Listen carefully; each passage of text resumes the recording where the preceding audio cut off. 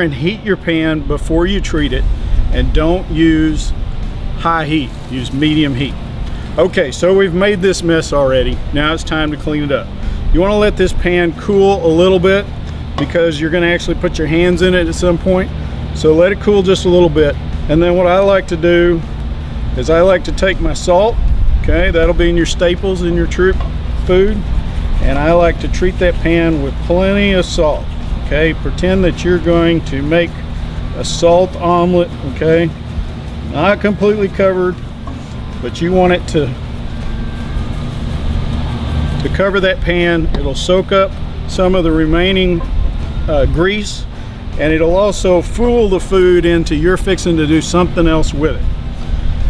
And what you're going to do is you're actually going to create a roux, much like professional chefs do before they make a stew or a soup or something like that. You're actually going to use this grease and these food particles, and you're going to reverse cook them out of the pan. So you've got your salt in there. Then you want to put some dishwashing liquid, maybe 3 or 4 squirts. Okay. Then you're going to add water. Okay. And you want to bring it to halfway up the pan. I like to take it to the rivets right there. Okay. The reason you're going to do it halfway up is because you're going to bring this to a boil and you don't want it slopping all over your stove, and now you got something else to clean up.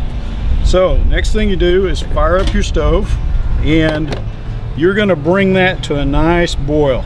Okay. And while it's boiling and cooking, you're just going to give it one of these, almost like you're cooking scrambled eggs. Okay. You're going to let that food release right off the pan. Okay, that heat and that water and the salt and the soap get under that, and it starts releasing from the pan. Then after you get it to a boil, don't worry about it if it all comes off, if it doesn't all come off. Now you bring it to a boil, turn the heat back down, and add water to fill up your pan, almost to the top. Again, don't take it all the way to the top, because then you're just going to spill over and you're going to make a mess of your stove.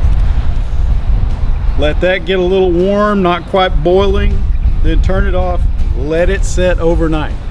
And then in the morning, you take your scrubber, you get it wet, and you can scrub that, all of that brown and black junk right off of your pan.